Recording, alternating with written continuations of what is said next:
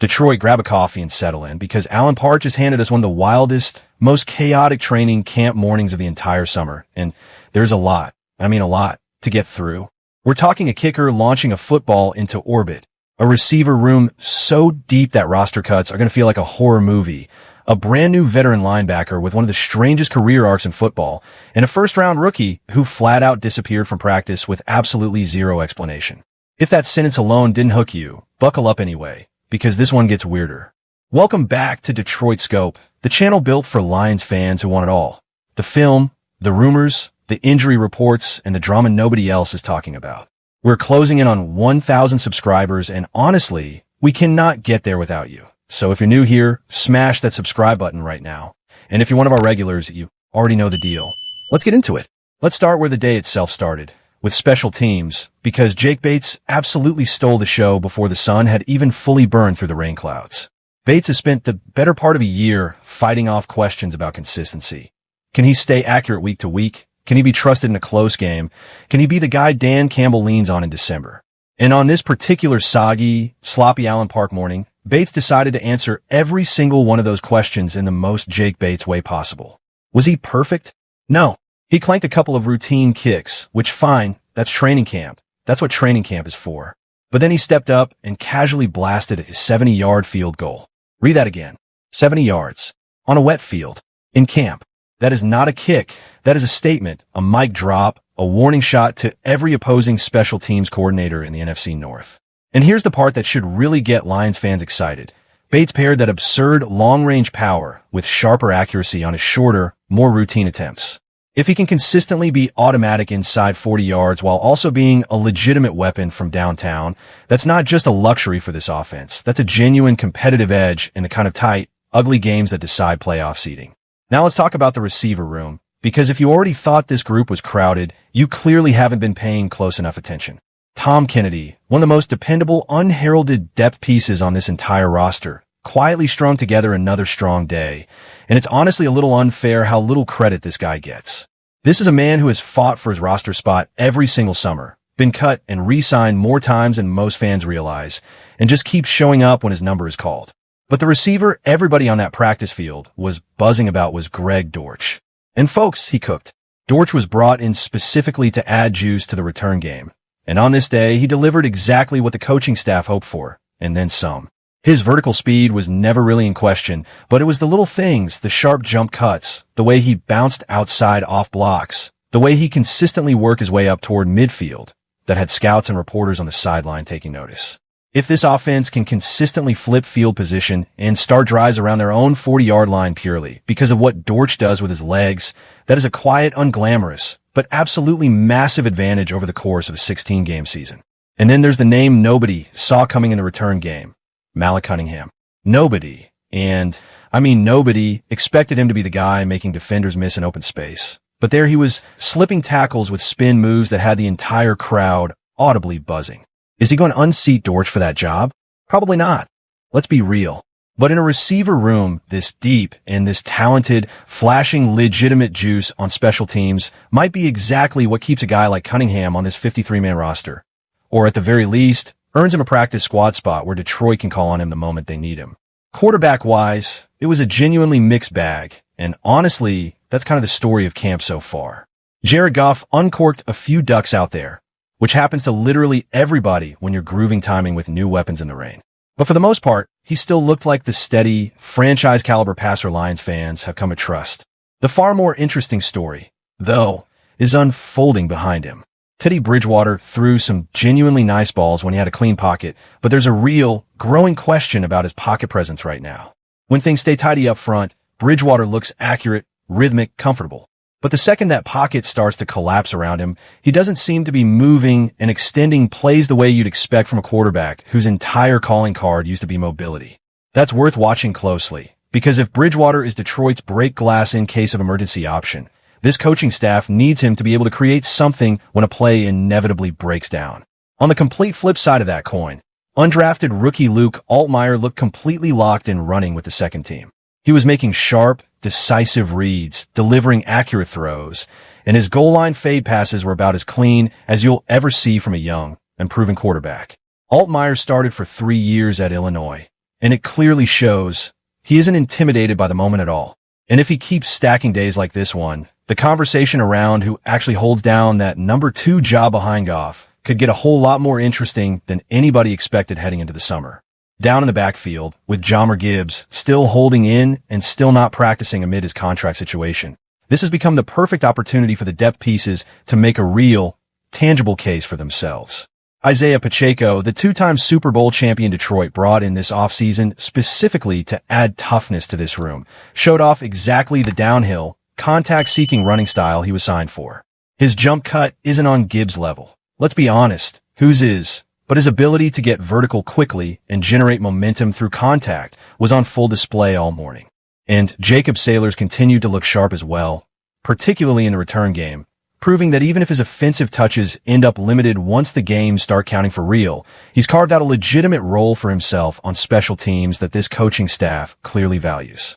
All right, let's flip over to the defense, because even though the offense had some genuinely electric moments, the defensive side of the ball held its own, and then some. Second-round rookie Derek Moore is an absolute loadout there. Reports out of camp consistently describe him as looking enormous in person, and his bull rush has been getting him home to the quarterback again and again. Early in camp, the assumption was that Moore would settle in as a designated third-down pass rush specialist, a classic situational role player. But after watching him operate day after day, there's a growing belief inside the building that he could see real snaps against the run as well, with some crediting his background at Michigan for building that kind of all-around toughness.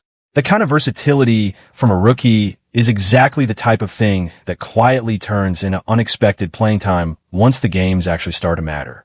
And of course, we have to talk about Aidan Hutchinson, because the reports on him have been consistent all camp long. Dominant, comfortable, getting through blocks with ease.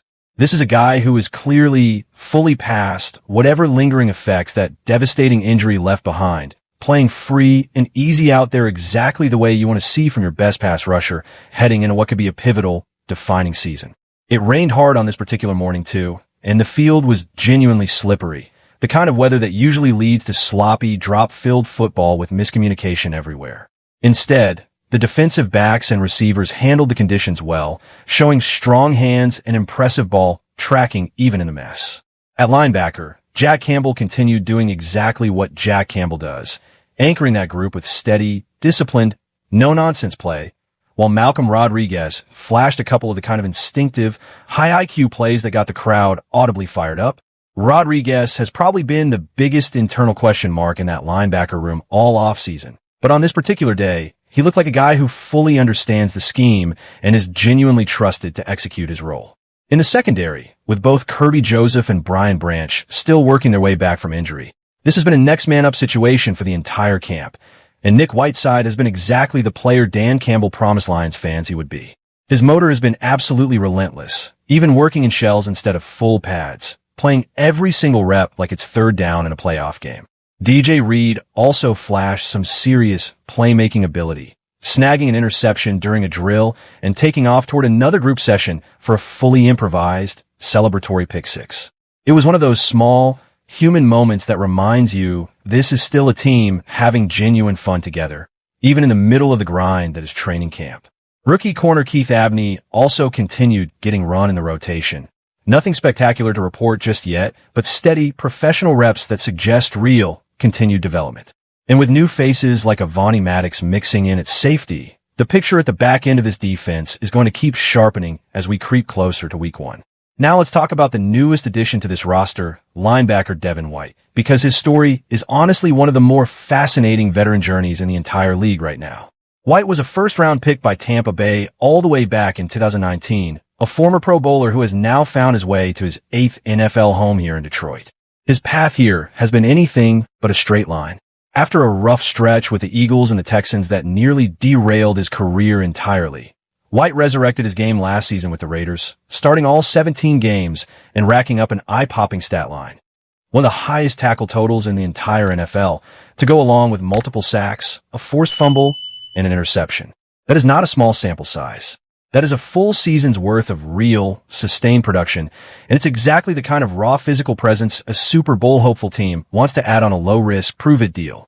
Some fans online have called it a low-value flyer, saying this kind of move would have made more sense 5 years ago. But the tape from last season tells a completely different story, and the early buzz coming out of camp backs that up too. The defensive coaching staff has reportedly been full of praise for White already, and it sounds like they see exactly what showed up on last year's stat sheet. With Jimmy Rolder banged up, adding a proven, physical veteran presence like White to sit right alongside Jack Campbell in that linebacker room is a smart, low-risk, high-reward move by this front office. Speaking of Rolder, here's the latest on that situation. The promising rookie linebacker has been sidelined with a leg injury suffered a few days back. And while there was some conflicting early chatter about whether it was a knee issue or something else entirely, the confirmed reporting points to a leg injury that's expected to keep him out for a stretch. Thankfully, it does not appear to be a severe, long-term concern. Still, it's a tough break for a young player who is clearly building real momentum and real trust within that linebacker room early in camp. Now let's get into the broader injury report, because there was genuinely good news mixed in with a few ongoing concerns. Alan McNeil was back out there after a scary moment a few days prior when he had to be evaluated following a hit to the head. Turns out he had simply been accidentally kicked in the head by a teammate during a play, went through concussion protocol purely as a precaution, and is completely fine. That is exactly the kind of update every single Lions fan wanted to hear, because losing McNeil for any real stretch of time this early would have been a brutal, potentially season-altering blow to this defensive line. Christian Izien also returned after battling the flu, getting reps at both safety and in the slot, exactly the kind of positional versatility this coaching staff has been building him toward all offseason. On the other side of the ledger, Tyler Conklin remains out with a calf injury, though he's reportedly doing high-intensity work with trainers on the side, which usually signals that a return to full practice isn't too far off. Giovanni Manu continues to sit on the non-football injury list at offensive tackle. Peyton Turner, the veteran edge rusher, remains out with a back injury, a guy who has unfortunately battled durability concerns throughout much of his career. Kirby Joseph was on the sideline cheering his teammates on, still working through that knee issue, and Brian Branch, still recovering from his Achilles tear, has reportedly been putting in encouraging off-field strength work, even though he isn't cleared for full team drills just yet. And Jahmyr Gibbs, still not practicing due to his contract holdout, was actually out on the field for the first time this camp, supporting his teammates from the sideline. That's a genuinely good look for a guy in the middle of a tense contract standoff. It shows he's not off sulking somewhere. He's still locked in with this team, even while the business side of things gets sorted out behind the scenes. But here's the update that really needs your full attention, because it's a brand new wrinkle nobody was expecting. What happened with rookie tackle Blake Miller? Early in this particular practice, Miller was out there going through walk throughs and individual drills completely normally. But once the team moved into full team reps and one-on-one scrimmage work, he was nowhere to be found. No explanation given. No clear designation. He simply wasn't participating anymore. It is genuinely unclear right now whether this is precautionary rest for a rookie tackle the team wants to manage carefully through a long camp, or whether there's something more serious going on that just hasn't been disclosed yet. In his absence, veteran Larry Borum and versatile lineman Miles Frazier split those first-team reps. And to be completely honest with you, they did not look great going up against pass rushers like Aidan Hutchinson and Derek Moore. But they didn't look overwhelmed either. All things considered, Miller was Detroit's first-round investment on the offensive line this year, and this front office is clearly hoping that his absence here is nothing more than a small, forgettable speed bump. Because if he's the guy at right tackle heading into the regular season, Detroit needs him logging significant, meaningful reps against premier competition throughout the summer, not disappearing midway through practice with absolutely no clear answer as to why. So here's where we land after all of this. This camp continues to tell a story of genuine, sustainable depth across this entire roster. The kicking game looks like a real weapon instead of a liability for the first time in a while. The receiver room is so deep that the upcoming roster cuts are going to be brutal and genuinely fascinating to watch play out in real time. The backup quarterback competition just got a lot more interesting than anyone expected heading into the summer. Devin White gives this linebacker room a proven, physical veteran presence at exactly the right time, especially with Rolda banged up on the sideline. And the defense, even in the pouring rain, even without two of its best safeties available, is showing exactly the kind of discipline and playmaking ability that championship-caliber rosters are built on. The one thing every single Lions fan needs to keep a close eye on heading into the next few practices is Blake Miller, because this offensive line simply cannot afford another significant absence at tackle, not with everything else this team is trying to build toward this season. That's everything from the stretch of camp, Detroit. If you made it all the way to the end here, we genuinely want to hear from you. Drop a comment below and tell us who your favorite training camp riser has been so far. Is it Greg Dortch turning heads in the return game? Luke Altmaier quietly pushing for that backup job? Or Derek more looking like an absolute problem off the edge? And while you're down there typing away, make sure you hit that like button and smash subscribe so you never miss a single update from Detroit Scope as this season takes shape. We are so close to 1,000 subscribers, and every single one of you watching right now can help us get there. We'll see you in the next one.